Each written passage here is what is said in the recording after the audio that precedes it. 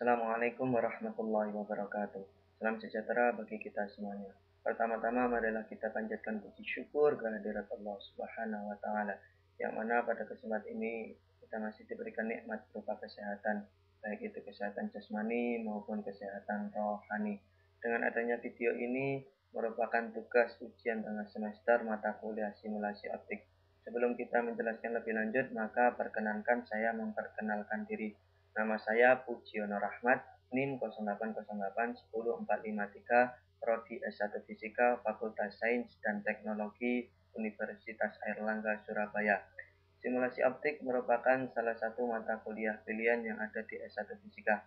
Kenapa sih saya mengambil mata kuliah ini? Karena saya ingin belajar lebih lanjut bagaimana cara mensimulasikan sebuah fenomena yang ada di alam, lebih tepatnya fenomena di bidang optik.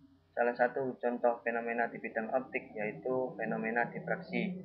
Masih kita ingat penyelesaian dari fenomena difraksi yaitu dengan menggunakan perumusan D sin theta n lambda.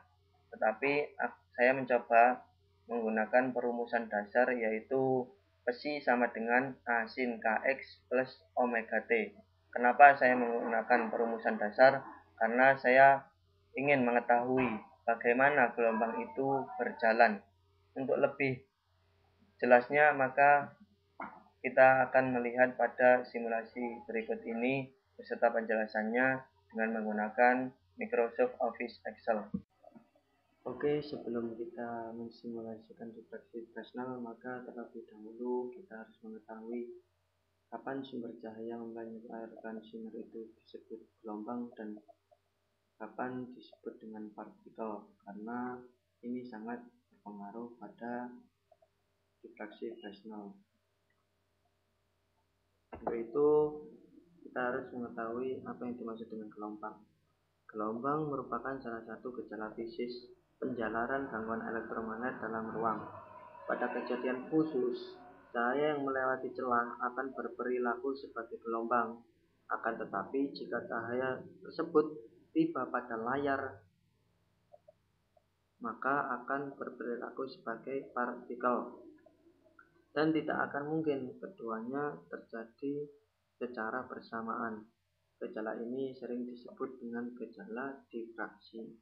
Secara makroskopik, difraksi adalah gejala pembelokan arah yang dialami oleh seberkas gelombang cahaya ketika menjalar melalui suatu celah yang sempit pada jarak tertentu akan membentuk bayangan geometris. Pola geometris tersebut terbentuk dari penggabungan atau superposisi dari sinar yang dibelokkan oleh cahaya. Gejala difraksi dapat dikaji dengan menggunakan prinsip Huygens yang menyebutkan bahwa suatu gelombang datar yang sampai pada suatu celah dengan jarak yang cukup dekat akan menghasilkan gelombang sferis yang disebut dengan difraksi Fresnel, sedangkan untuk jarak yang cukup jauh dari celah, gelombang sferis akan tampak sebagai gelombang datar yang disebut dengan difraksi Fraunhofer. Setelah kita mengetahui jadi gelombang, pengertian gelombang, dan partikel, terus difraksi itu terbagi menjadi dua macam, yaitu difraksi Fresnel dan difraksi Fraunhofer, maka saya akan mencoba menjelaskan tentang simulasi difraksi Fresnel.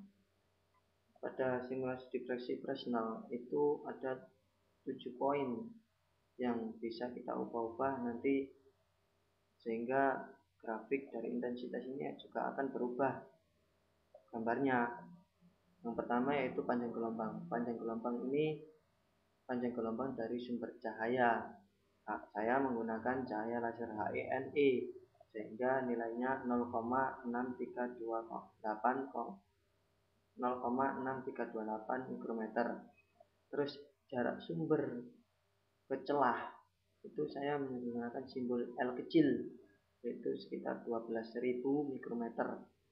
Terus yang ketiga, jarak layar ke celah itu saya menggunakan pemisahan L besar, yaitu sekitar 1 juta mikrometer.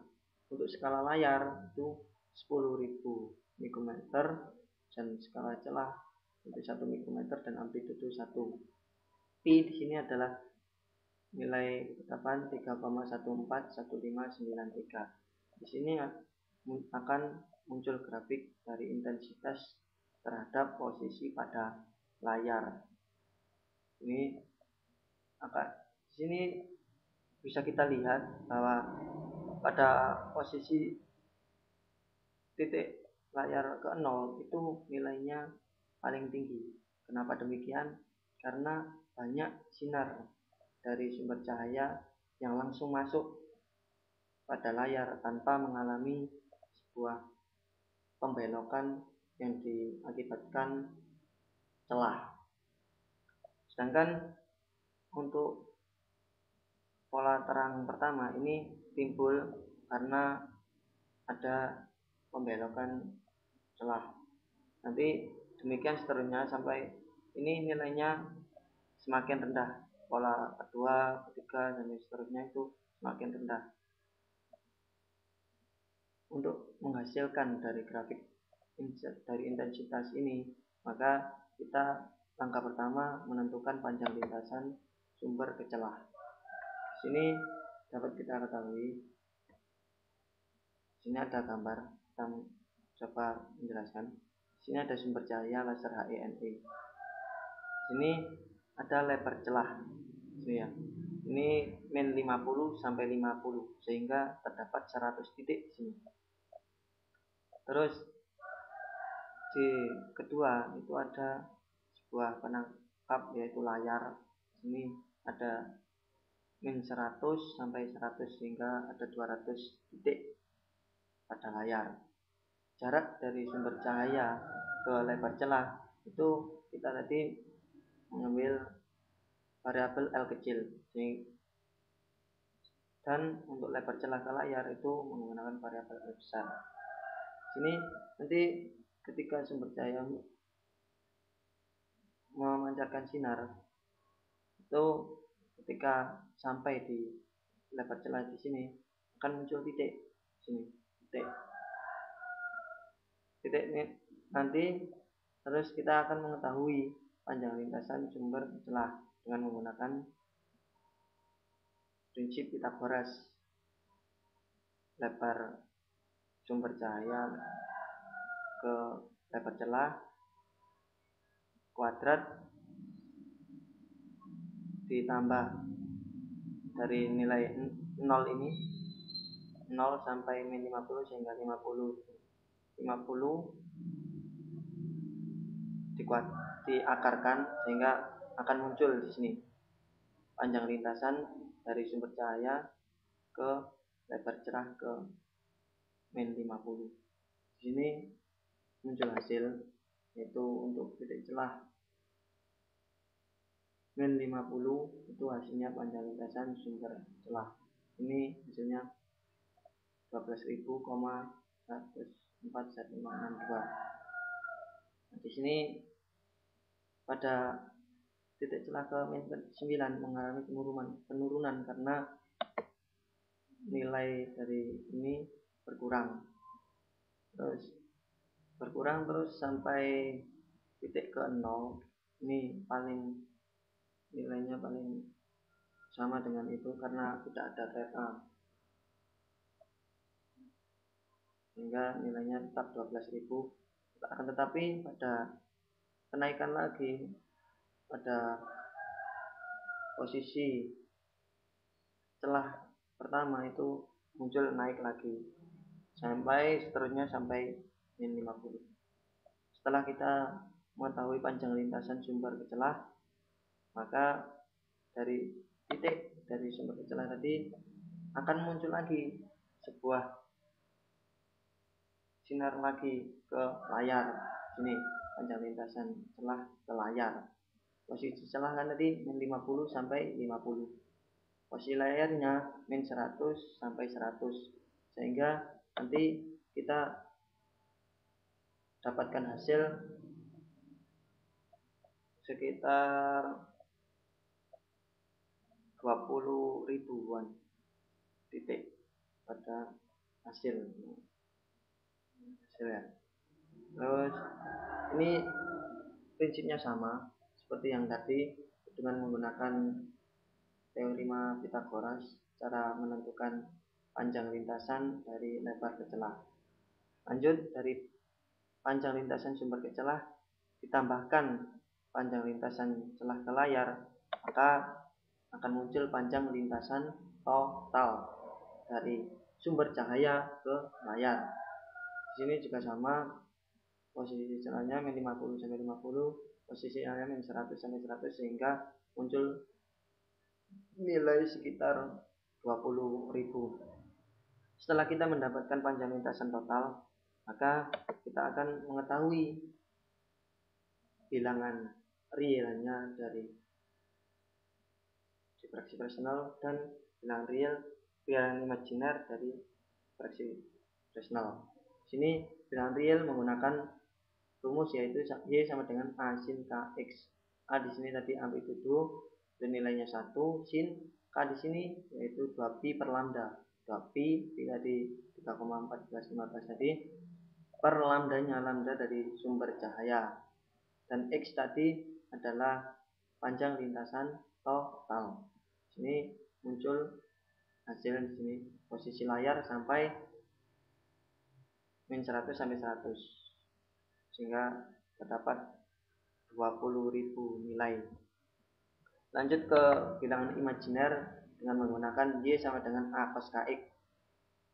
Ini juga sama, yang X-nya tadi panjang lintasan totalnya dari sumber cahaya ke layar. Akan tetapi pembedaannya cuma pada cos-nya. Kalau bilangan imajiner menggunakan cos, kalau bilangan real menggunakan sin. Ini nilainya sekitar ini, ininya juga sampai 20.000. Setelah dapat bilangan real dan bilangan imajiner dari min 100 sampai 100, maka kita akan mengetahui karena intensitas itu amplitudo kuadrat dari bilangan real dan bilangan imajiner, maka Y asin Kx ini dikuadratkan nilainya sehingga muncul nilai ini, dan sama pas bilangan imajiner juga dikuadratkan sehingga nilai ini. Dari kuadrat amplitudo real dan imajiner dijumlahkan sehingga terdapat intensitas seperti ini. Dari intensitas ini kita plot pada Excel dengan variabel Y itu sebagai intensitas dan X-nya yaitu posisi layar. Ini Y ini adalah nilai intensitas, dan ini posisi dari layar. Demikian penjelasan tentang difraksi Fresnel yang bisa saya berikan. Atas perhatiannya saya ucapkan terima kasih, dan saya mohon maaf jika ada kata saya yang salah, itu dari saya sendiri. Jika itu kata-kata saya benar, itu hanya semata-mata karena Allah Subhanahu wa taala. Satu pesan dari saya, undur maqala wala tangdur man qala. Lihatlah apa yang dibicarakan, jangan melihat siapa yang bicara. Cukup sekian. Assalamualaikum warahmatullahi wabarakatuh.